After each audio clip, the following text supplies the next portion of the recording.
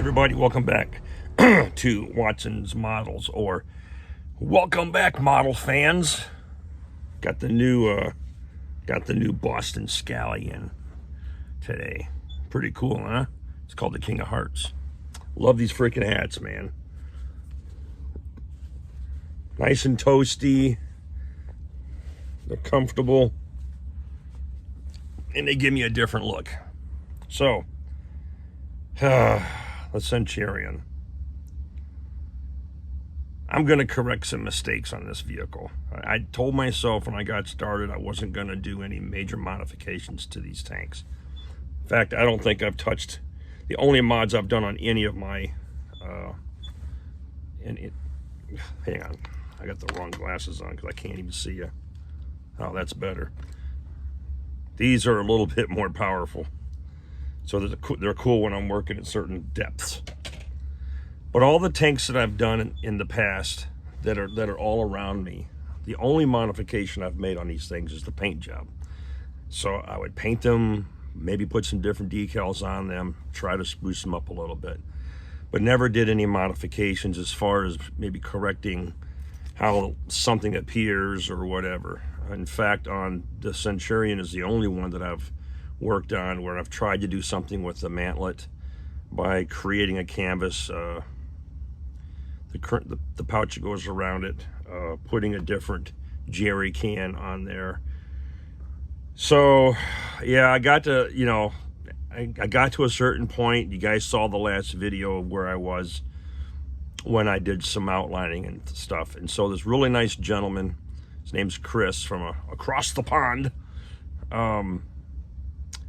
pointed out a couple of things to me and showed me what he was working on and how he was making his corrections.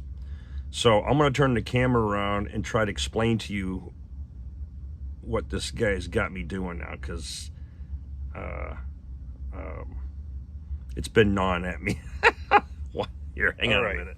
So what's going on is first of all, where the top and the bottom hull come together, you notice all of these indentations, almost as if there was something supposed to be there.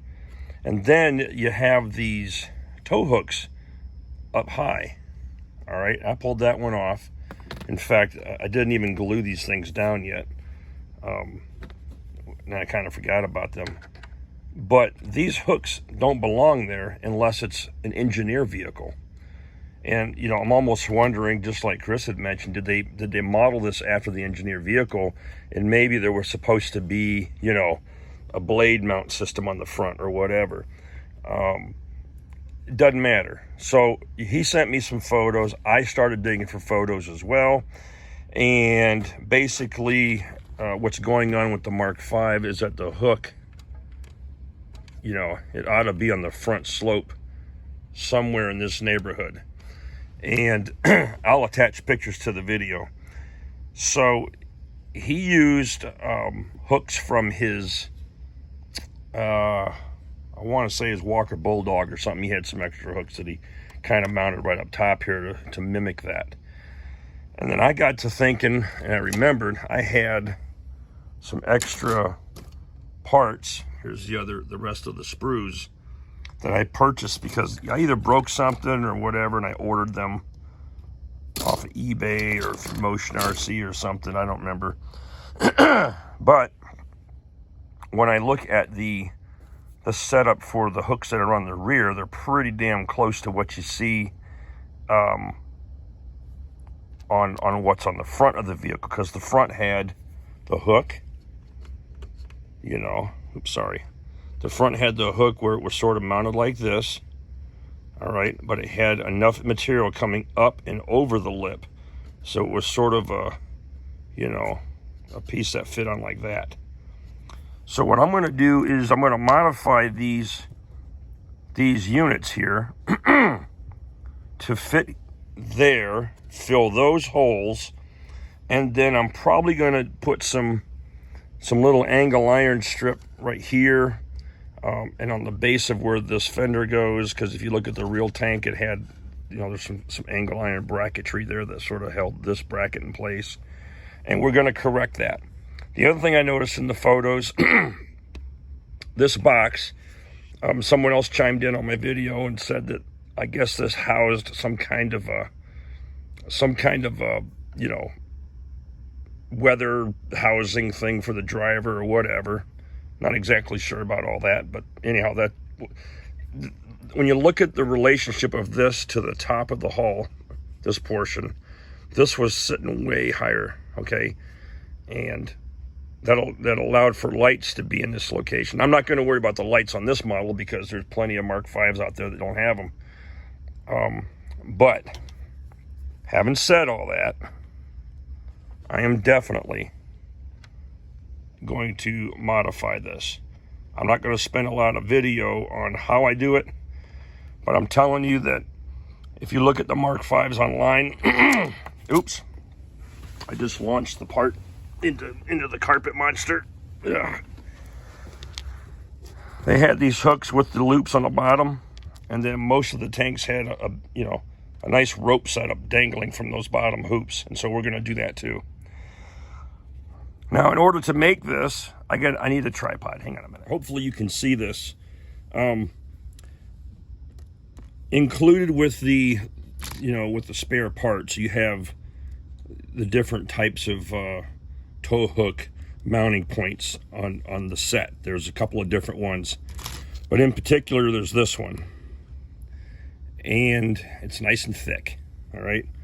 In fact, the thickness, if I can get this right, the thickness is pretty close match to that alignment. So what I'm going to do, if you can see that cut line, I'm going to remove this piece of material and I'm going to cut this top section off and then square it off right there, and we're going to super glue that right to the end. That should give me the angle that I need to fit on the front slope of this thing. Now, also on the front slope, we're going to cover up all these holes with a piece of styrene. Okay? I'll get rid of that little lump right there. But we need a little bit of height there anyways, because there is a lip that goes between here and here. And then if you notice on the real tank, there's two wires or metal conduits that come from the lighting fixture here, which come down and over that way. So those are the first set of mods I'm going to make to this thing. The other massive mistake I made, which I tried to cover up in my video yesterday, claiming that, oh, I didn't like the color of that. Well, the truth is that once I clear coated everything, I wanted to dull this down by putting a matte clear finish on it. Well, I grabbed this, not paying attention to the fact that it's a flat base. I just said, oh, okay, I've got some flat clear. When I initially painted a test piece right here, I could see that it was starting to, the clear was starting to dry up and provide a matte finish. Well, a few minutes later, it turned white, like frickin' chalk.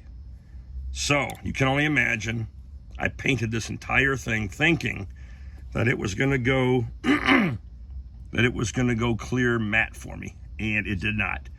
My entire paint job was ruined, and it was white. In fact, you can still see a couple specks in there right now, and I'll go back in and touch that up. Now, I am using the Russian uniform to get me a new base coat going and getting that covered up and dried. And then again, we'll do shadow work. But that is the finish I'm looking for as far as flatness is concerned. You know, when you work on these models, you need a combination of glossies, semi-gloss, flat tones. You need a mixture of that throughout your entire vehicle if you want to add any type of realism to them. So there you have it. I had to fess up what I did wrong. And yeah, if you're going to use this, mix it with some glossy paint first and then tone down the paint. So, lesson learned, don't make my mistake. Now, before I start to assemble the pieces that I cut out from the tow hook and then the other spare parts, I have to determine the angle slope here. Or the slope of the angle. It's not 90 degrees. It's definitely something other than that. So I took 2 pieces of cardstock and just sort of intersected them like this, threw a piece of tape on it, and now I have the angle of my upper and lower hull. I'm going to use this as a template when I assemble the 2 pieces. So here you can see one piece that's fully assembled, where I've removed the assembly plug or whatever you want to call it on both pieces. Sort of sanded the angle here, and then lined up my pieces with a little bit of this adhesive. Okay, it's an extra thick Maxi Cure, but it gives you time to work with it. So I put my my super glues and things into a little candle like this. Use a toothpick to apply just what I need. Went ahead and did the alignment, gave it a shot with Instaset to get this to lock in. Why do I use this? It's cool. Once all this crap dries off, you can just get in there and pluck all that old C8 glue out of there, chuck it, and just keep on using this as your I don't know what you want to call it, your little collection tray for glue and everything, but it's just easier to get in there and do it from this. And it's easy cleanup and it'll last forever. So, all right, so we got this now assembled. And then what'll happen next is I will work this down so we have a little bit, straighter angle to this. Now, this is temporarily fitted with a little bit of tape, but at least now you can see how the angle fits on there. And now when it's all snugged down and everything, it'll make sense. But that gives me room to go ahead and put a little weld seam in there, attach it to the strip. The strip's attached to the hull. I will not attach the tip of it to the top of the hull because the tank halves still need to be able to separate in case I have to do maintenance on it. So basically you're going to fit the hull in and then drop the hull down and then screw it down. So yeah, so that's how these little guys turned out. They don't look too bad at all. And I'm going to definitely have some proper looking hooks. So Chris, thank you for, for pointing this stuff out to me. Give me an opportunity to make some corrections. And then, of course, once these are done and everything's in place and the holes are filled, we'll get it cleaned up, sanded, painted properly. That you won't even know I did anything to it when it's done. And we'll get some nice rope on here the way that they're done in real life. And that's it. So that's where I'm at tonight. The other mistake that I made on the vehicle was this bracket. Okay, this is the bracket that holds the jerry can in place.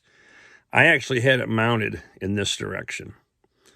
And when I saw the photo that Chris sent me, was it Chris or sent me? Or no, I seen someone else had it posted.